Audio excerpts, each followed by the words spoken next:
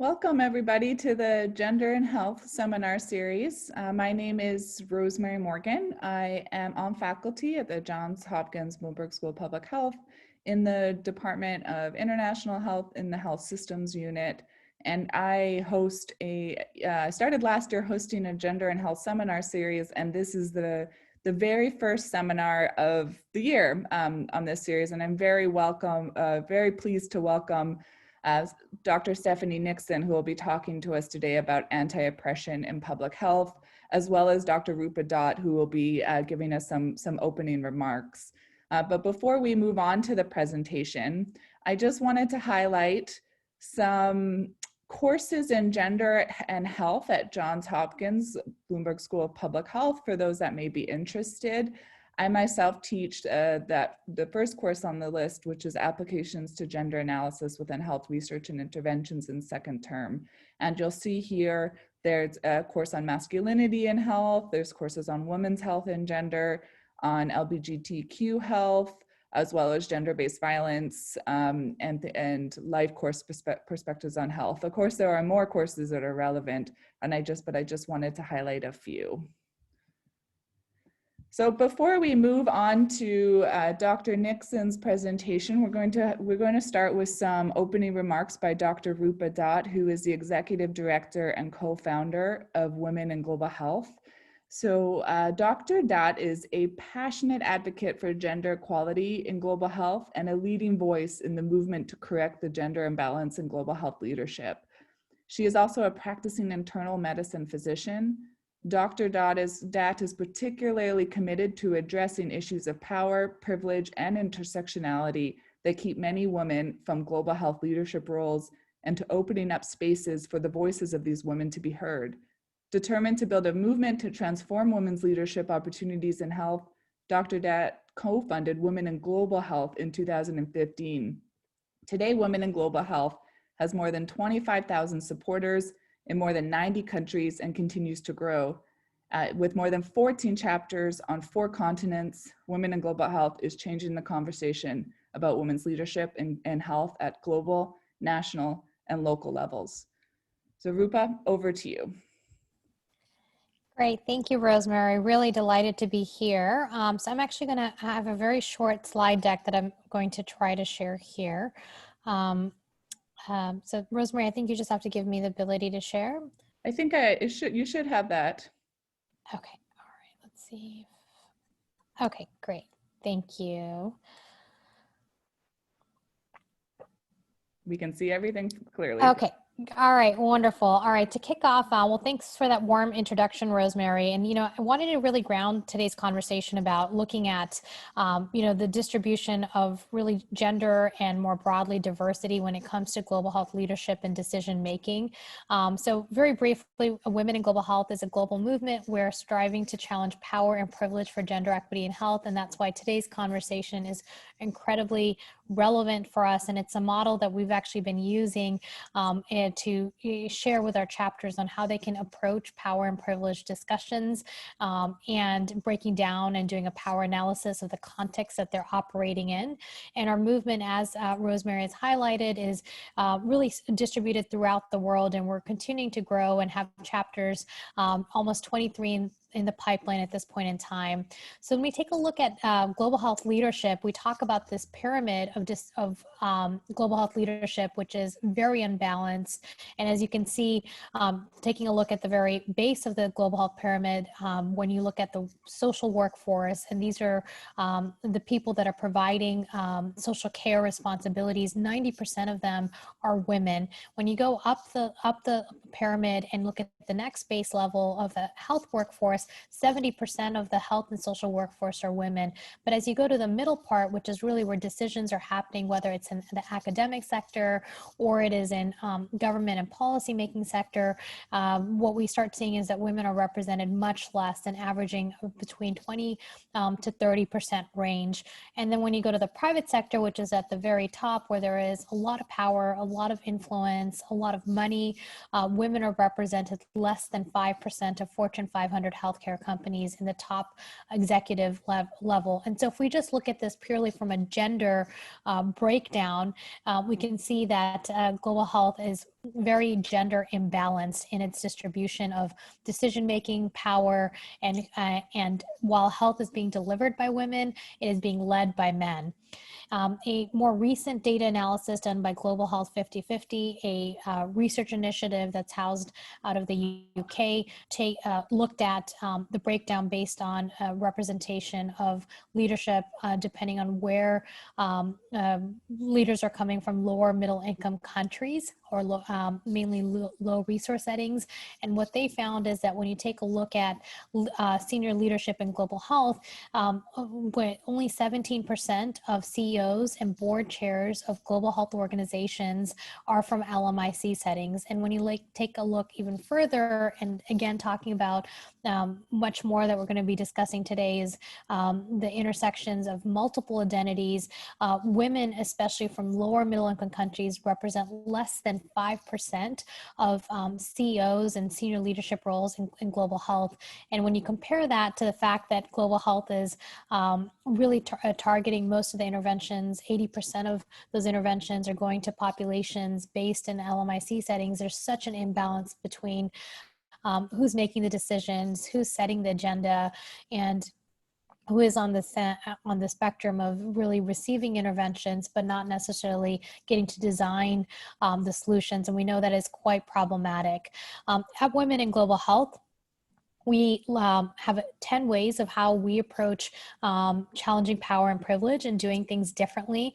And for us, the first thing is really changing the narrative and making sure that people from underrepresented backgrounds or less resource settings are not seen as vulnerable populations, but especially women, that they are seen as leaders, and that they should have autonomy and be shaping decision making. So a lot of what we talk about is changing the narrative so that we go beyond the vulnerable populations narrative, but really looking at everybody with potential to be leaders. And so how do we create the enabling environments?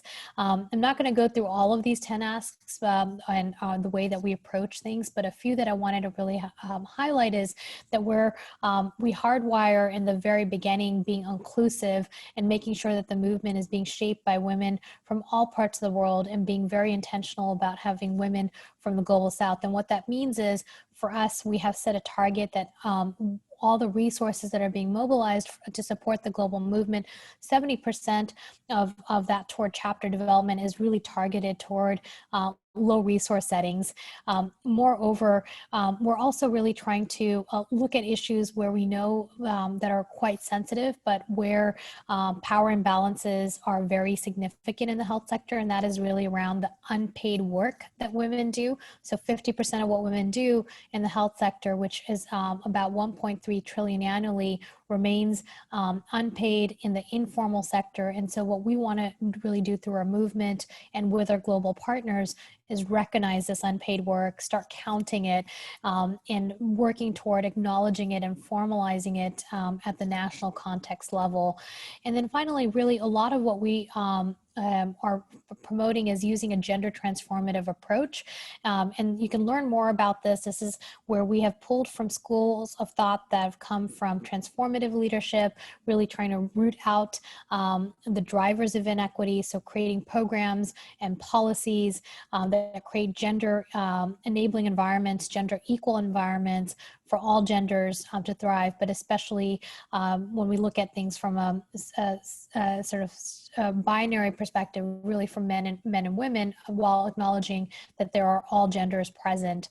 And then part of the gender transformative leadership is also around recognizing that this is a progressive realization. So people will be entering the journey, or organizations will be entering the journey at different points of understanding gender and other aspects of power and privilege, that it is meant to be a journey, and that there is progressive realization happening. It is a work in progress. So we also acknowledge that it's not that you learn a framework and then the job is done.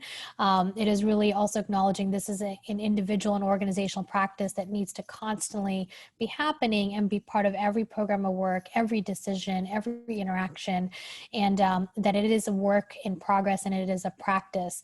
And the bottom line outline why we use this particular framework is because it is pulling from lots of existing notions of leadership and intersectionality and looking at power and privilege lens, but that it also is about creating societies that are more equal for greater health equity. So on that note, I'd like to really invite all of you to, tune into today's webinar. We're going to be learning about practical tools of what we can integrate into our existing work, whether that is as individuals, as researchers, policymakers, change makers, and hopefully our organizations will adopt some of these tools so that we create more equitable environments for not just all genders, but all people to really thrive. So I'll turn it back to Rosemary to continue. And if you want to learn more about women in global health, please contact us. We're very active on social media, as well as our website, and all that information Rosemary will be providing. Thank you. Great, thank you so much, Rupa. So it's my pleasure to introduce our speaker today, Dr. Stephanie Nixon. So Dr. Nixon is an associate professor in the Department of Physical Therapy, cross-appointed at the Rehabilitation Sciences Institute and the Dalia Lana School of Public Health at the University of Toronto. She has been an HIV activist and global health researcher for 20 years. She completed her PhD in public health and bioethics in 2006 at the University of Toronto and a postdoc at the University of KwaZulu-Natal in South Africa from 2006 to 2008. Stephanie is co-founder and director of the International Center for Disability and Rehabilitation. Stephanie is a straight, white, middle-class, able-bodied, cisgender female of settler descent who tries to understand the pervasive effects of privilege. In particular, she explores how systems of oppression shape health research, education, and practice, and the role of people in positions of unearned advantage in disrupting these harmful patterns. Thank you, Stephanie, over to you. Thank you so much, Rosemary and Rupa. What a wonderful way into this conversation with you all. I'm so grateful that you're taking your lunch hour to come and spend it thinking about these important issues with me. I'm really interested in taking this 1 hour journey together here, talking about privilege and critical allyship. And here's the place that I need to start. I need to acknowledge the land that I'm on right now. I'm a settler on the land that I'm on. I'm in Toronto, the city now known as Toronto. And this is the land on which I work, live, and play. It's also where I grew up. It's where the University of Toronto sits. And I'm coming to you today from my home, which is also on this land. And for thousands of years, this land has been the traditional land of many different nations, including the Huron-Wendat, the Seneca, and most recently, the stewards of this land are the Mississaugas of the Credit.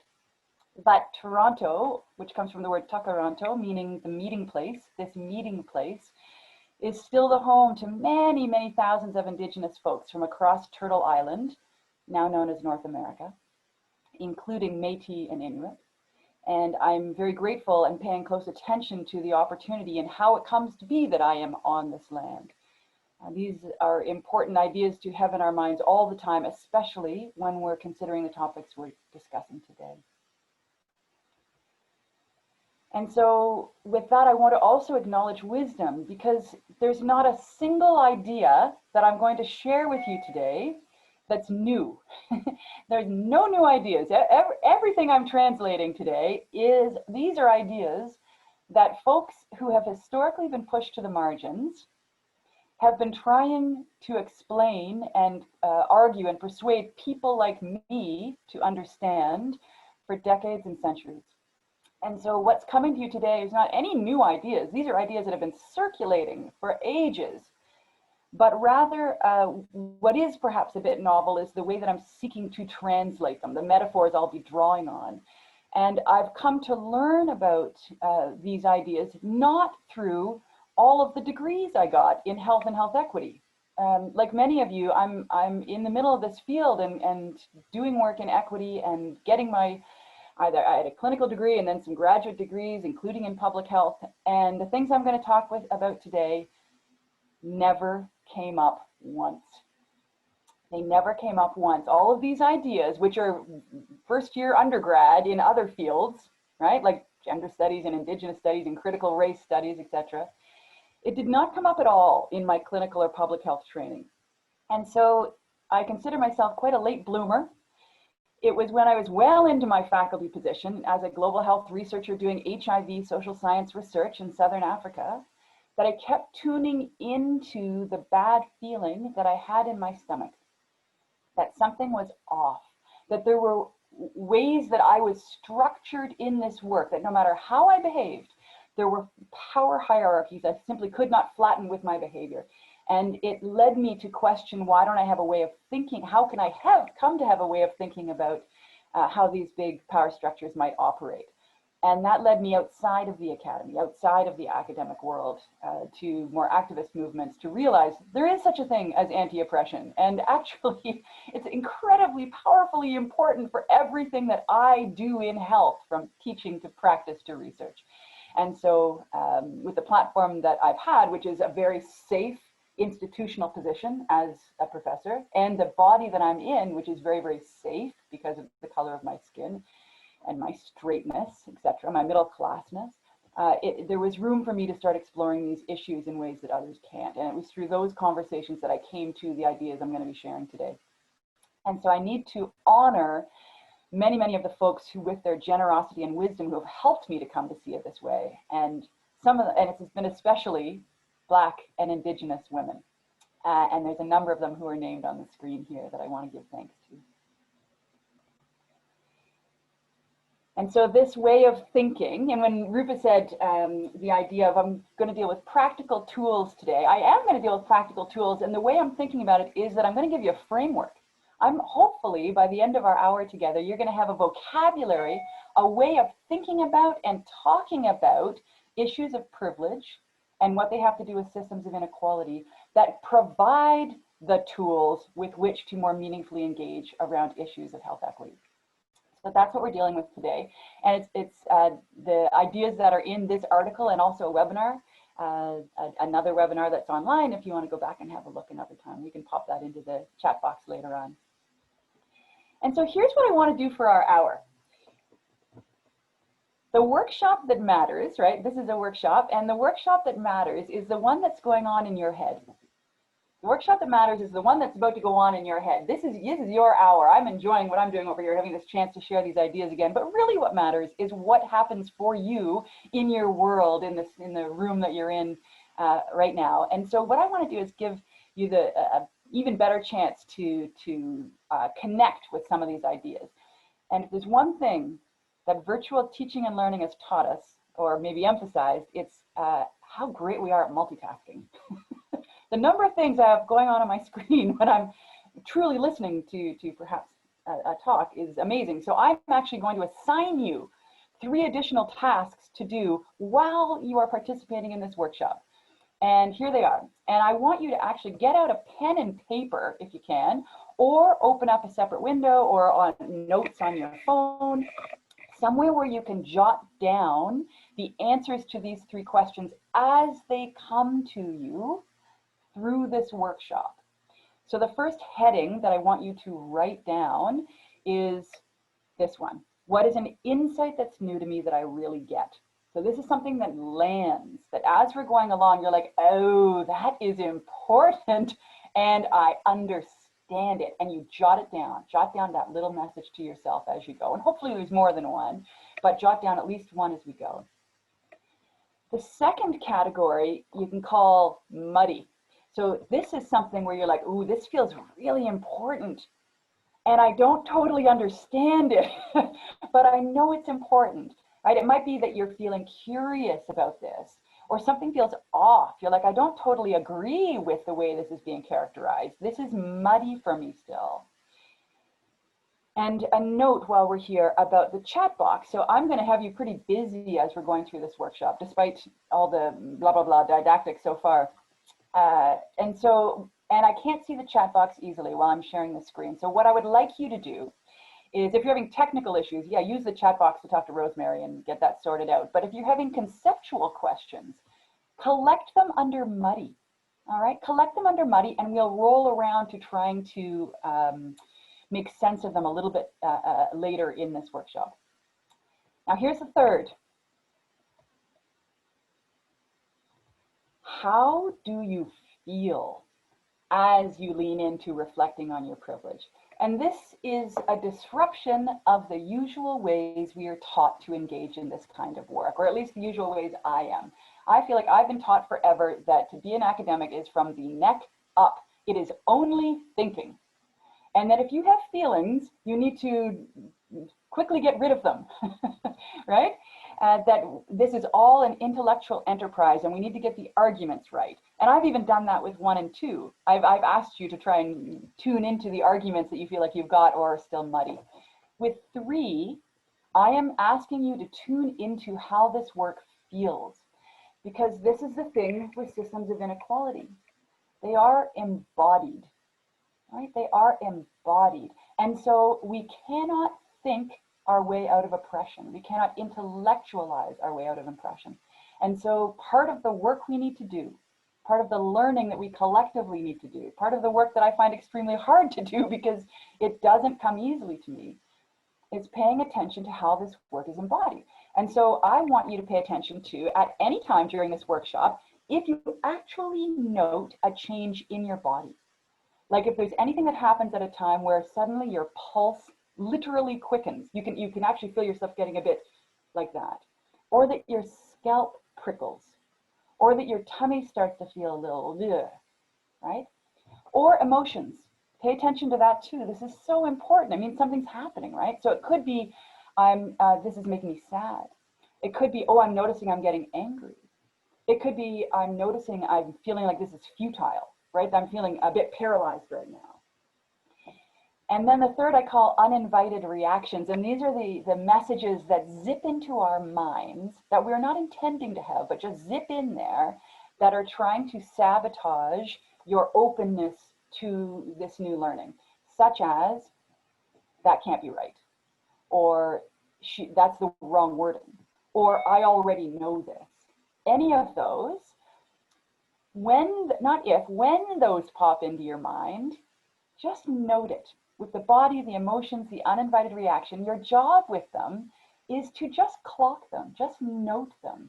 Don't judge them, note them and say, ah, and then have gratitude for yourself, like, ah, I just noted that. That was the task. So those are the 3 that you are going to be working on at the exact same time as you're working on this workshop. Okay, ready? Deep breath. Put your feet on the floor. Feel the chair you're sitting in or the bed you're lying on, wherever you are, feel where you are. Take a deep breath. Okay, let's enter.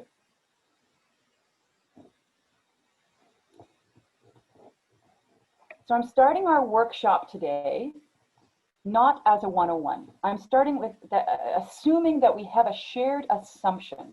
We might not totally understand the nuances of this, but that we all have a shared assumption that there are indeed norms in society, that there's patterns, there's social systems that are historic, that work for or against people, that have very little to do with that person's behavior or their merit or their worth. All right? I'm talking about the isms here: sexism, ableism, racism, that there are these social structures and that these are unfair. If they give unearned disadvantage, that's horribly unfair, but so is getting unearned advantage. That's also unfair. So I'm starting there. And in the health world, we think about this a lot in terms of the social determinants of health, don't we? And there are many great reports and papers out there on the social determinants of health. This is one of the most powerful from about a little over a decade ago from WHO's Commission on the Social Determinants of Health. And right up front, they say social justice is a matter of life and death, that these inequities in health, avoidable health inequalities, pause, it is not controversial most of the time that there are inequities in health. The problem is that frequently in the public health world, they get framed as if they are natural, framed as if that's just the way the world works, right? Or that they're biological. And what the Commission on the Social Determinants of Health is reminding us here is that these are avoidable health inequalities. These are human-made and can be human unmade. Unpause. that arise because of the circumstances in which we grow, live, work, etc. And it's the power analysis that's frequently missing from our consideration of the social determinants of health that we're going to be talking about today. And so this trying to come to understand how this all works, after a lot of thinking and a lot of chatting with others, I came to a fairly simple metaphor, which is that of a coin. And the coin itself, so the actual coin that you see here, the metaphor of the coin is that the coin represents one of those big societal norms or patterns or systems or structures. It is societal. It was here before we were born. We have been socialized into it, all right? It is historic, and you do not get to opt out of society. You do not get to opt out of a coin. You may not know that it exists, but that does not mean you're not socialized by it. So the coin itself is not an individual. It's not good or bad people. It is a social structure. And these social structures, they give either a free lift or an unearned disadvantage, depending on how you relate to it. And how you relate to it frequently has nothing to do with your behavior or your merit. It has to do with the color of my skin, the texture of my hair, right? Racism, how I walk or think or speak, ableism, right? And so if the way that I happen to relate to this coin, I luck into the fact that I'm on the top of the coin, that is, I have a benefit that others don't. I didn't earn it. I just get it because of who I happen to be. It's not by choice. And the opposite is also true. I talk about the bottom of the coin as having a disadvantage that others don't, that you didn't earn, that you have because of who you happen to be. What do I call the top of the coin? And what do I call the bottom of the coin? I call the top of the coin privilege and the bottom of the coin oppression. And you will hear these terms, privilege and oppression, used in different ways by other folks. And a lot of the time, they will be right in their usage of those terms. I'm using them in a very specific way right now to give us a nomenclature for engaging in dialogue and action around dismantling these coins, okay? So if the way you relate to the coin is you're on top, you happen to find yourself there, that is a position of unearned advantage, also known as privilege. The bottom, unearned disadvantage, also known as oppression. And it's not that there's one coin for all privilege and all oppression. There's many, many, many, many different coins, right? All these different social structures that have been built historically in particular ways that are context specific. And this matters for those of us in the health sphere because these forces, they shape who's healthy and who's ill, who gets care, the kind of care they get. These forces shape and sometimes determine who lives and who dies. These forces are absolutely fundamental to health and health equity. And yet my experience has been that we frequently do not have a very good working knowledge of them within the health sphere. And yet these are all about the avoidable health inequities that the WHO's Commission on the Social Determinants of Health were pointing us to.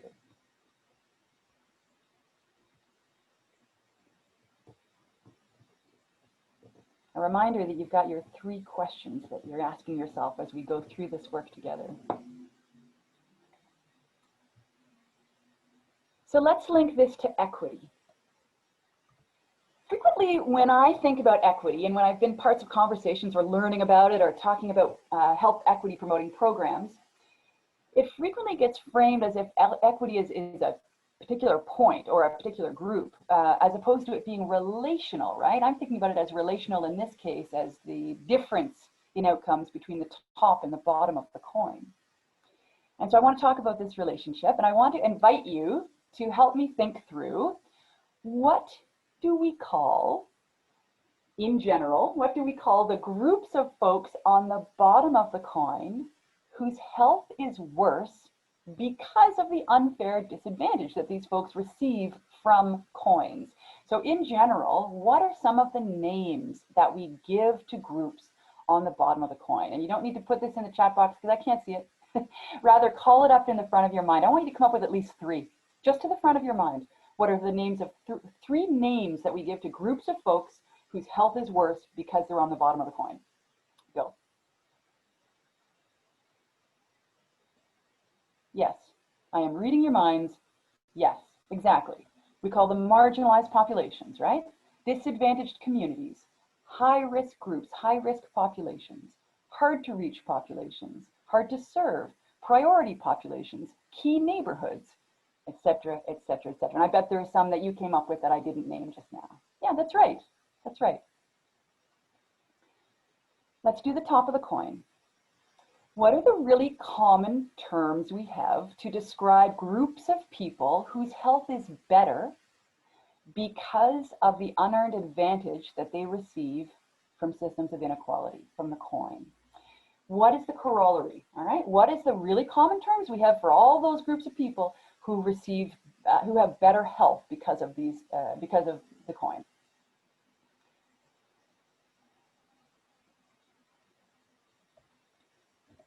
And if you can't think of any, right, that are similar to the bottom of the coin, that's me too. Like these, we just don't have a nomenclature for it. We don't have a vocabulary for the top of the coin when it comes to groups. And even when we try to think about what these names might be, they're funny sounding, right? Like unfairly advantaged communities, free lift populations, high risk of good health groups, right? Like we actually don't have a nomenclature for discussing and therefore for thinking about the groups on the top of the coin whose health is better.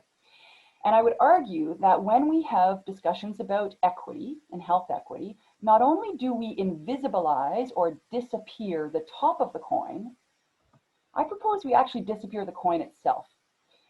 And what ends up happening is that when we're discussing equity issues, health equity issues, it frequently is framed as if it is exclusively the terrain of the bottom of the coin.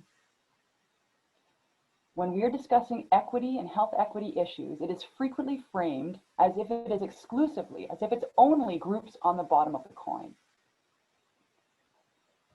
Why is this bad for equity? So again, call to the front of your mind, and here I really need your wheels to turn. This is such a key point. See if you can call this up before I take you there. What are the impacts of equity if we frame it exclusively as the bottom of the coin? Take a moment. Why is that bad for health equity?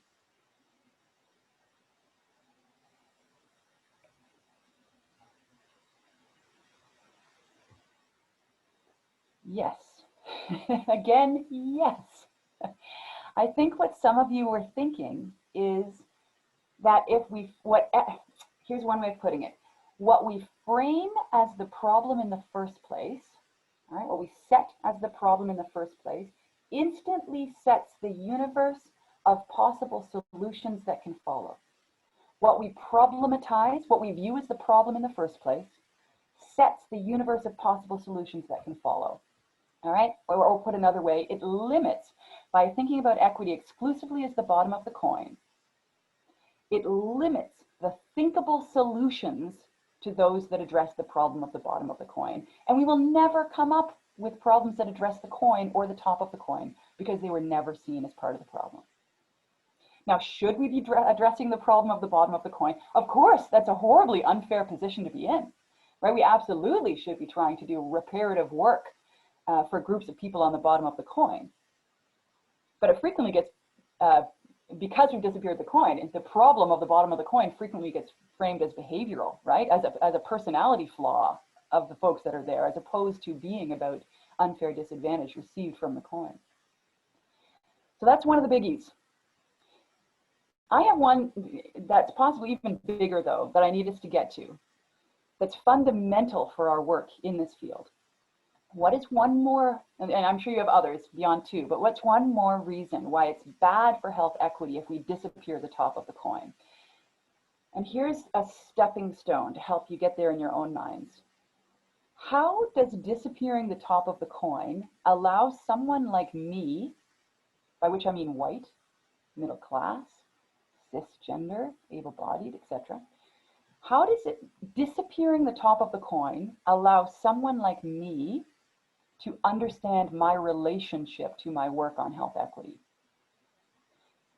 how does it allow me to position myself in this work?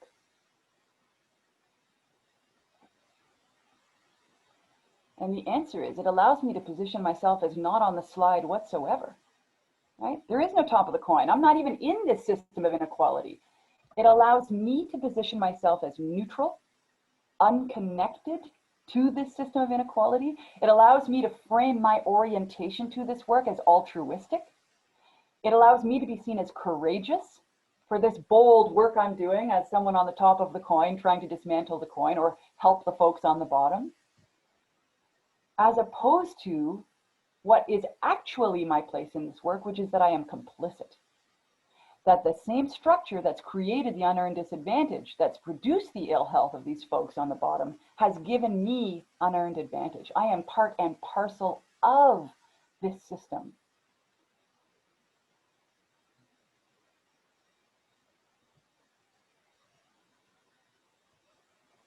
And so let's get this a little bit closer to the ground. I've been talking about ideas way up here. Let's talk about some specific coins. And I want to start by talking about the specific coin of heterosexism. In fact, the first few coins I'm going to talk about are all related to gender, right? So here we are coming together around gender and health. So let's try and fine tune our analysis a little bit about, okay, what are some of the coins? What are some of the systems of inequality that we are directly concerned about when we're doing work on gender and health? And I would propose that one of them is heterosexism. And so heterosexism, heterosexual, all right, definition of heterosexual, you are attracted to someone of the opposite sex. If you're thinking about a binary, you're attracted to someone of the opposite sex. Heterosexual. Heterosexism is a society where it is assumed that heterosexual is the right way to be, is the normal way to be, is the default way to be, and that all others are not, and that they should assimilate, they should strive to become heterosexual. All right. So in a heterosexist society, people like me who identify as straight get an unearned lift. We get an unearned advantage. We get to walk through our days seeing our way of life valorized, valued in pop culture, enshrined in law. I get to walk through my days in quite a bit of safety in terms of how I wish to display my heterosexualness. And that is not the case for folks on the bottom of the coin, right? Anyone who is not straight does not enjoy that same day in, day out valuing of their way of being, right? Or safety in terms of walking through this world, being who they are. And meanwhile, I didn't choose to be straight. Folks on the bottom of the coin don't choose to be there. You don't choose who you love, it just is. So let's do a check-in here. Is this about good or bad people? It is not. Nothing I am talking about right now is about good or bad people. It's not that the top of the coin is bad and that the bottom of the coin is good, right? What is the top of the coin? Unearned advantage. What is the bottom of the coin? Unearned disadvantage.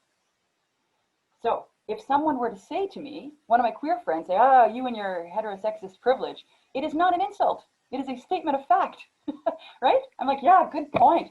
I do get an easier ride. It is not a critique of me or my personality. It is a statement of the unearned advantage that I receive. Meanwhile, let's also pay attention to who's more expert.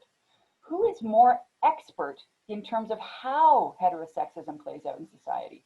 Is it me walking through the world, seeing my heterosexist privilege showing up around every corner? Or is it folks on the bottom of the coin, seeing how they have to navigate this day in, day out? Right? It's obviously folks on the bottom of the coin. I'm having trouble, even though I've done this a number of times, even getting the language to describe my position on the top of the coin. Right? It's folks on the bottom who are the experts. So let's try another. Sexism. So lots of the opening remarks from Rupa around men and women in global health and the absolute disparities in terms of the position of women. And women, and I'm using that term very, very inclusively. And so here we have it. And it's important to recognize our own locations on these coins, you know? So for those of us in the crowd today who are identify as women, we're on the bottom of this coin. We're the ones that see how sexism plays out. better than our family members and colleagues most of the time on the top of the coin. But remember, one coin ago, we might have been on the, we might be the bottom of this coin, but many of us may identify as straight. So we're on the top of that coin and need to recognize, we're like, ooh, we are the men of that coin. Are you with me? We need to recognize the expertise we do not have when we are on the top of those coins. Am I saying that men are bad and women are good? Nope. This is not about good or bad people. Because what's the top of the coin? It is unearned advantage. Are we saying that men receive an unearned advantage because of the social norms of sexism, of patriarchy? Yes, we are. And so one more related to sex and gender is cisgenderism, right? So for those, I identify as cis. This is one where it is so structured to be the right and normal way of being that folks frequently have never even heard of the term cisgender. There's only, it doesn't even need to be spoken. It is so taken as the default norm. All there is the other, which is trans, right? And most of the settings I'm in, these are terms that not everyone in the audience already understands. My guess is that this is an audience that does. But again, just tuning in, you know, we're working in gender and health, or gender and global health. And for many of us who are women, we're on the bottom of the coin of sexism. But it's rare that we have folks working in global health or in public health who are also on the bottom of the coin of cisgenderism and also on the bottom of the coin of heterosexism. So recognizing our multiple locations of advantage and disadvantage in this work. And when we're talking about the difference of men and women in global health, I just kept thinking in my head, which women? Right? Which women? And it's about bringing in these other coins. And so this powerful, powerful coin of racism that's front and center these days. And as a white person, I feel like I grew up thinking erroneously that racism was not a social structure, right? It was rather just something about individuals behaving badly, doing it on purpose and being hateful people. That's not the case at all. Of course, as I think probably all of you know, racism is a social structure that was developed centuries ago to legitimize the dehumanization of people whose skin color was darker than mine in order to legitimize colonization and slavery. And so it's based on whiteness, it's based on white supremacy. And so because I pass as white, because I am white, I consider myself to be the social idea of white, right? Because there's no biological basis for whiteness and blackness. It's just skin tone and texture of hair, that's it. But because that's how I fit, I receive unearned advantage from racism day in, day out. So if someone says to me, you receive privilege, you know, you receive white privilege, it is not an attack on my character. It's a statement of fact regarding how the social structure of racism works. And the way I try to respond is, yes, that is such a good point. I'm working really hard to come to understand it so that I can resist it, so that I can resist the ways that I reproduce this dangerous, violent coin day in, day out. Does this mean people on the top of the coin are bad and people on the bottom are good? It doesn't, right? It's about unearned advantage and disadvantage. And let's just remember who's expert here. Who has led the movements to dismantle these coins? Right? The civil rights movement led by Black folks. It's always the bottom of the coin. Those are the groups of people with the expertise and who have mobilized to actually try to dismantle these coins. Meanwhile, who holds the power frequently is folks on the top. The institutional power, the resources, the extraordinary white wealth hoarding that we have because of the impacts of slavery and colonization. So we've got a serious imbalance here. And part of our work to do is to understand our particular relationships to these coins, right? So that we can stop reproducing them unwittingly. And this coin of racism is such a powerful coin. It gives rise to a number of other coins. And I'll just name one here because it's so important always and particularly right now. And that is anti-Black racism. So we know that folks who are unfairly disadvantaged by anti-Black racism and are folks who are Black, and to say unfairly disadvantaged is too light, right? Like this is a violent life and death coin. But we need to pay attention to the idea that the top of this coin is not only white folks, it's anyone who's not Black, who has been socialized to participate in anti-Black racism. So it's on all of us who aren't Black to come to see how this operates so that we can divest ourselves from it. And ableism and colonialism, and on and on and on the coins go. Okay, another deep breath. Whew, that was a lot. Let me just forecast where we're heading. I've got another maybe like 15 minutes or so of this workshop-y content that we're going to do together. And then you are going to go into breakout rooms, small little groups of 3 or 4, where you are going to use that time to think through the 3 questions I challenged you with at the beginning, not to achieve consensus, to rather help each other refine your answers to those 3 questions. And then we're going to come back at the very end and do a neat little exercise to try and make sense of that. So that's where we're heading. Okay. So here's my question for you. Can people be on the privilege side of some coins and the oppression side of other coins at the exact same time? And the answer obviously is yes, right? You're like, yep, of course it is. In fact, that is what, that's sort of at the core of the idea that Kimberly Crenshaw and Patricia Hill Collins have pointed us to with the idea of intersectionality. And this is something else that Rupa invoked at the beginning, right? Is intersectionality and taking an intersectional approach being so central to the work of women in global health. And so it's fine-tuning our analysis of not just one coin, but 2 coins at the same time, and 3 coins at the same time, and 4 and 5, and on it goes, right? Both in terms of understanding our own positions, so our own simultaneous positions of advantage and unearned disadvantage that will matter differently at different times because of context, right? And also being outward looking in the work that we're doing, the analyses that we're undertaking in our research, the programs that we're designing in the spirit of promoting health equity, is taking an intersectional approach that pays very close attention to how much am I assuming the top of the coin and how much am I further marginalizing, silencing the bottom of the coin. So those are some core concepts: coin, privilege, oppression, the coin is the systems of inequality, intersectionality, we need to understand the coins all at the same time. If those are the core ideas, what do we do with them, right? So what? And this is the whole point. We couldn't start at the so what. We needed to have a shared understanding, that shared nomenclature. And this is the most important part, though, of the whole talk, right? It's how do we actually use these insights to change our behavior, to change our orientation, to change the way we walk through our days in our work on health. And it goes like this. In a nutshell, that if you want to work toward dismantling an inequity, so if you think the coins are unjust, there's a theory that society, I'm going to give you just a moment to, there we go, nicely muted, thank you, to,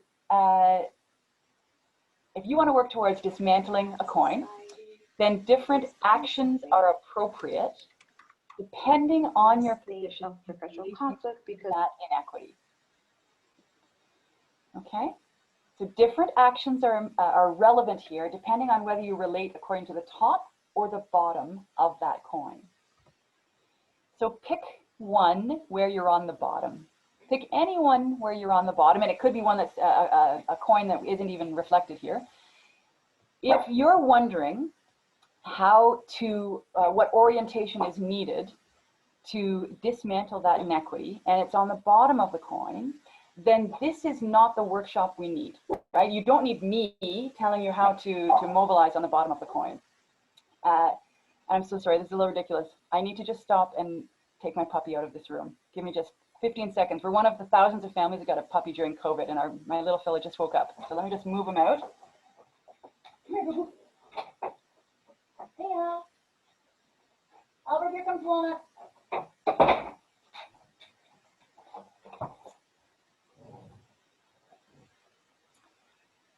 Thank you. If you're on the bottom of the coin, this is not the workshop, right? I don't have that expertise. I'm on the top of most of these coins. The expertise is held by folks on the bottom of the coin, and there are powerful, organized movements led by folks on the bottom of the coin. So that's the place to go and explore to find how to dismantle these coins if you're on the bottom. It's when we're on the top of the coin that's bringing us together today. All of us have positions on the top of the coin. So this is our conversation about what do we do when we find ourselves in a position of privilege and we want to dismantle that coin. So pick any one where you're on top and let's walk through it together to make it a bit more real. And I call the orientation for folks who find themselves on the top of a coin that they want to dismantle, I call that orientation practicing critical allyship.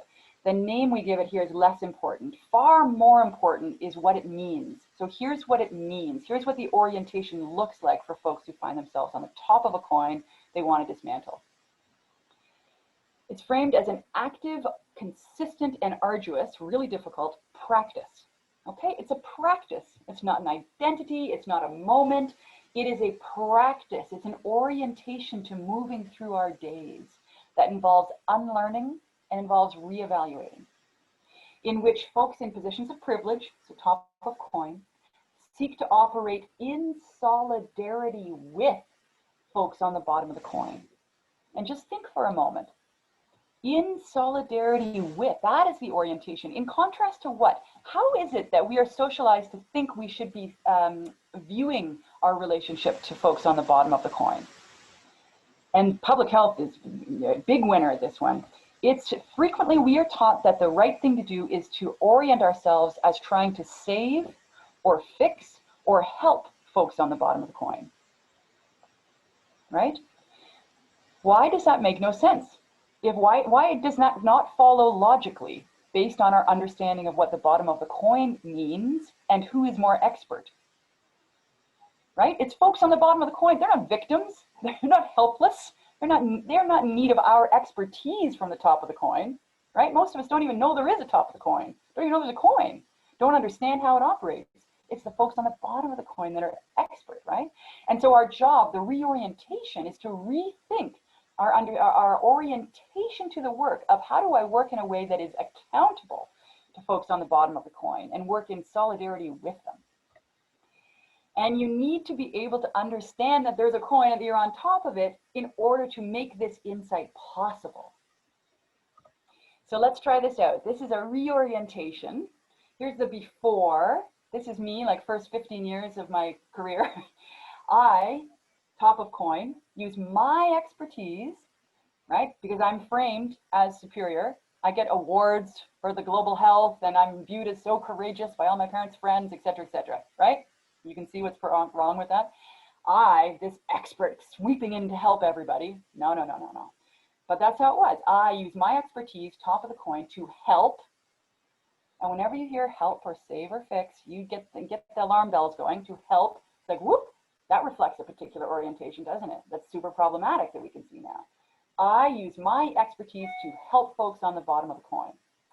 And so here's the reorientation that I am trying to practice day in, day out, and then I invite you to join me in. It's 4 bullet points I'm going to walk you through. The first is, if I'm on the top of the coin and I want to dismantle that inequity, it's that I see and I understand my own role in upholding this particular system of oppression that creates health inequities in the first place. It's that I learn from the expertise of and work in solidarity with folks on the bottom of the coin to help me address the problem of the coin, right? I am keeping my eye out for every time I accidentally start to frame the problem as the people on the bottom of the coin. That's not the problem, it's the coin. And that this work includes helping to build insight, so the learning and unlearning, and mobilize action among other folks on the top of the coin. I can talk to white folks and I can say the exact same thing that a racialized person with way more expertise says, and yet it will be heard differently because it comes out of my body, right? It is my job. That's one way of being accountable, is to call in, is to gather our folks on the top of the coin and to speak back to these positions of privilege. And a very careful point here where it says build insight and mobilize action. There's a bit of a slippage right now around the idea that all this learning and unlearning is the point. It's not the point. Material change is the point. Material change and far greater safety for folks on the bottom of the coin. That is the point. So we must always keep in mind this work on learning and unlearning and see it as a means to the end and not let it become kind of reified as the end itself. And here I'm speaking to tons of my colleagues that, and white folks in particular around racism that bought all the books, right? That bought all the books since March. That's important, but it's not the end. It's our route to the end. And you don't wait to act, you know, in solidarity and with accountability to racial justice movements until you know enough, right? You listen to the leaders of the racial justice movements and you respond to their calls for action. So anyways, there's the third one. Fourth one, I mobilize in collective action. We haven't socialized to think you need to do this alone, you need to fix this on your own. Meanwhile, no, there's no fixing, there is working in accountable action in collectives, right? How do I find myself a chance to be more involved in collective action under the leadership of folks on the bottom of the coin to address the problem of the coin? And so I've had the chance in the earlier world to do this workshop a lot of times in person with lots of different groups and public health groups, global health groups, and quite regularly I would end up having the same conversation in the after part. Folks would come up to chat and this conversation happens so often that I now build it right into this talk. And so here's how it goes. It's from a workshop participant who is typically a master's student, who occupies a lot of positions on the top of the coin, not all, but quite a few, who is really smart, who is really well-intentioned, who has dedicated herself to good social justice work. And she comes up to me and it goes like this. She says, I understand what you're saying. And I'm trying to figure out how I can do less harm when working with people who are any bottom of the coin, right? In an LMIC, poor, Indigenous, etc. And so I say, well, if you want to do less harm, then stop trying to help them. And she says, okay, but how should I approach them to be less harmful? And I say, are you approaching them to help? Then stop, don't do that. And she says, okay, but then how can I work with them? And do you see how difficult it is for her to uncouple the idea that if she wants to work on this system of inequality, the only way for her to do it is to go into that community on the bottom of the coin to help them, right? And you followed me along the way of like why that's backward. That's where the expertise resides. So I say, well, why do you think you should work with them in the first place? And she's baffled, right? She says, what do you mean? And I say, I'm inviting you to reflect on why it is that this group is framed as the problem in need of your help in the first place. And there's a beat. And she says, oh, the gorilla, which is a metaphor that will make sense if you read the article or watch the other video. She says, you're saying that maybe it's people on the top of the coin like me that could be the problem and that I should try to help them. And I say, yeah, that would be a good step in your journey of practicing allyship. And she's on a roll now. She's like, yes, you can see like pennies dropping all over the place. She's like, yes, and that if I want to collaborate with people on the bottom of the coin, it should be not to help them, but to work in solidarity with them. And I say, yeah. And there's another beat.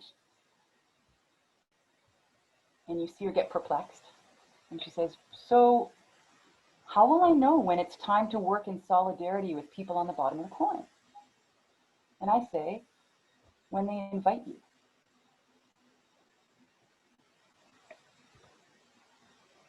And so this is the spirit behind this quote that you will often see in a talk like this, which is credited to an Indigenous woman named Lilla Watson that says, if you've come here to help me, you're wasting your time. But if you've come because your liberation, top and bottom of the coin, our liberation is bound up in this system of inequality, then let us work together. And so here's what we're about to do. You're going to have 10 minutes in a small group of 3 or 4 people. And your job in that dialogue is to reflect on and refine your own answers to the original 3 questions. It's not to achieve consensus with the others.